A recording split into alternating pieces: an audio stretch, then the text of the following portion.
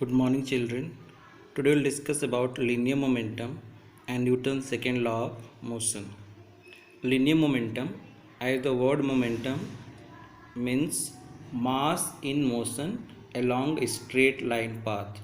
That means a body having mass, if it is moving on a linear path, it means it is carrying momentum or it possesses momentum.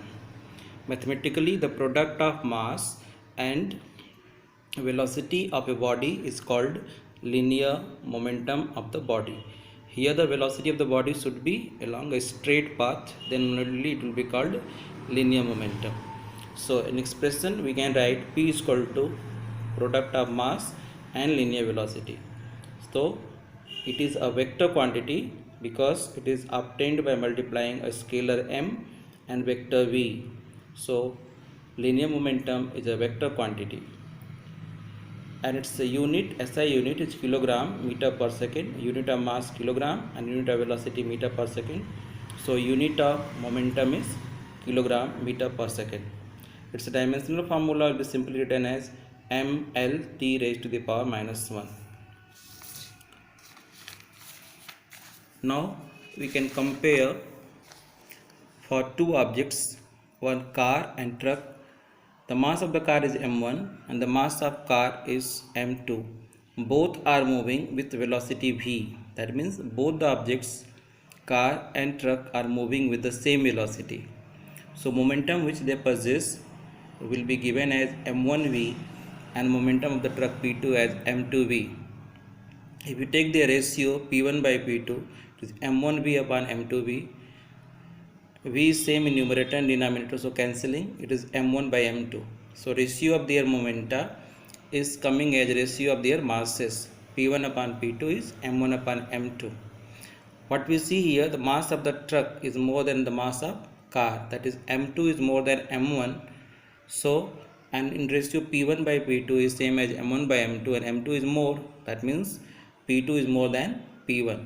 So since m2 is greater than m1, therefore P2 will also be greater than P1. It means that if two bodies are having same velocity, then the body having greater mass will have greater momentum. That is the meaning of it. A heavier body has a larger linear momentum than a lighter body moving with same velocity. If both are moving with the same velocity, then only the body which have more mass will possess more momentum.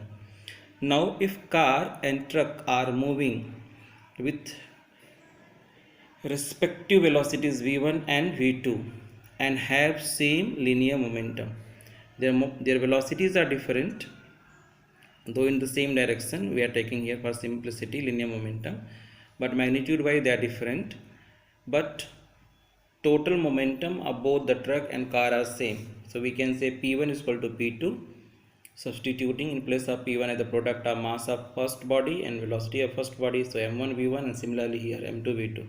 So m1 v1 is equal to m2 v2.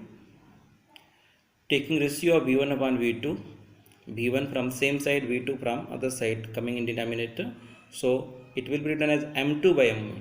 Be careful here, v1 by v2 is not m1 by m2, it is v1 upon v2 is m2 by m1, and since m2 is more than m1 in the case of truck and car, m2 is greater than m1, so in ratio same, v1 by v2 will be greater than 1, that means v1 will be greater than v2.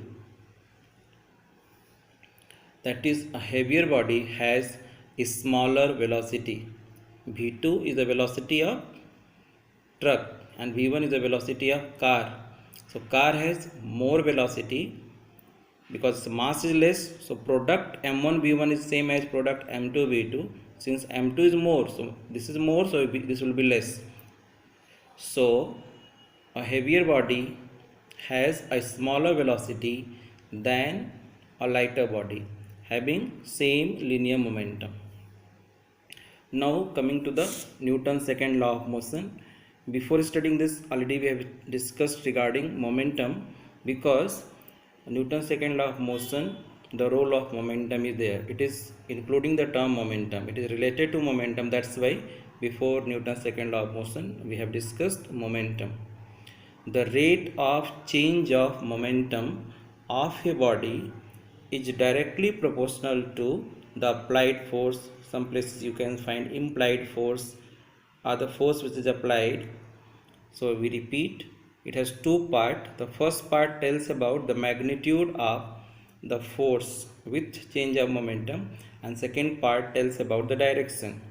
So once again, the rate of change of momentum or linear momentum of a body is directly proportional to the applied force, and this change takes place in the direction of applied force. Many students used to write only the first part and they forget to write the second part.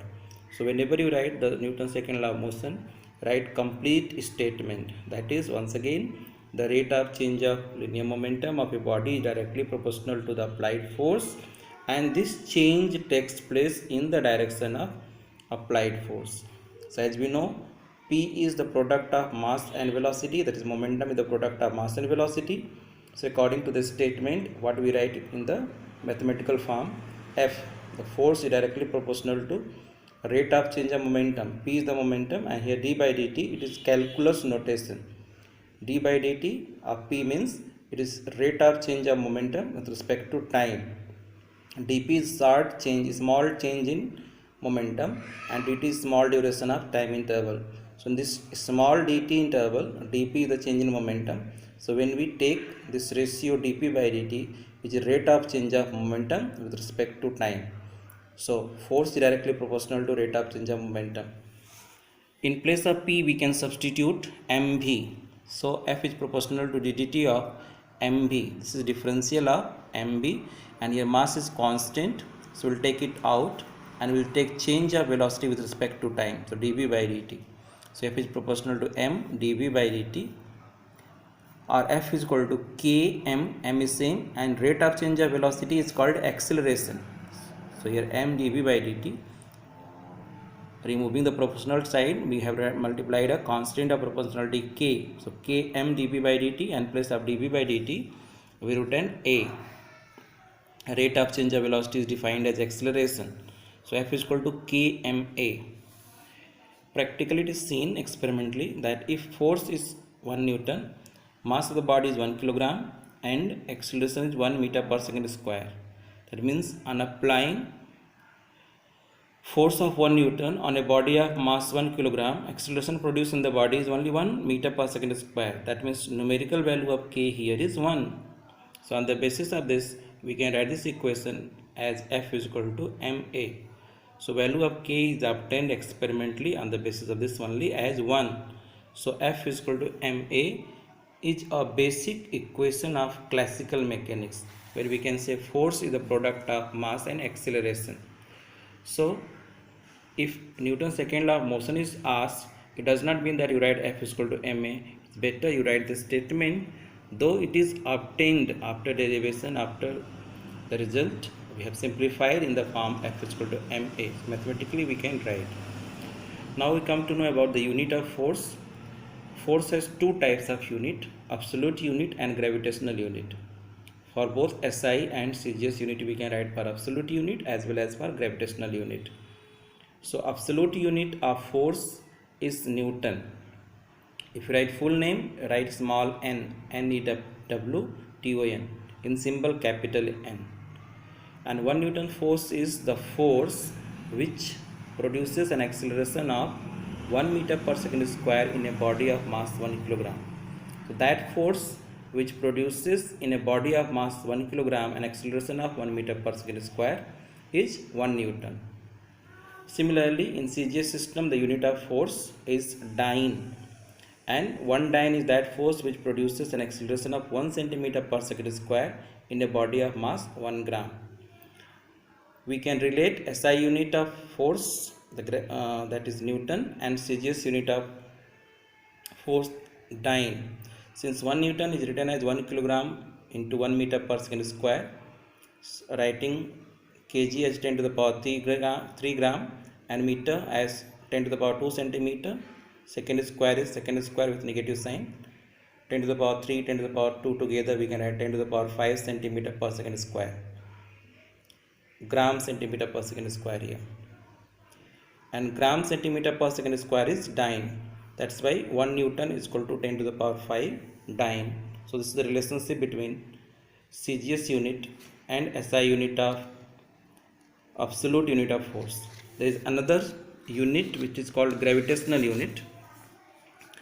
In SI, unit of force is kilogram. The gravitational unit in terms of SI is kilogram weight, which is written as kg-WT, kg weight, or another one is kgf. Both weight is either we write kilogram weight or kilogram force. Both we don't write, either we write this or we write this. So kilogram weight or kilogram force, where 1 kilogram force or 1 kilogram weight is that force which produces an acceleration due to gravity, that is 9.8 meter per second square in a body of mass 1 kilogram. Thus 1 kg F or 1 kg weight is written as 1 kg into 9.8 meter per second square, and kg meter per second square is dyne. So 1 kgf is equal to 9.8 Newton. That is gravitational unit of force related to SI unit of force. Newton is the SI unit of force and kgf or kg weight is the gravitational unit of force. So what we see that 1 kg weight is equal to 9.8 Newton. That's all for today. Thank you.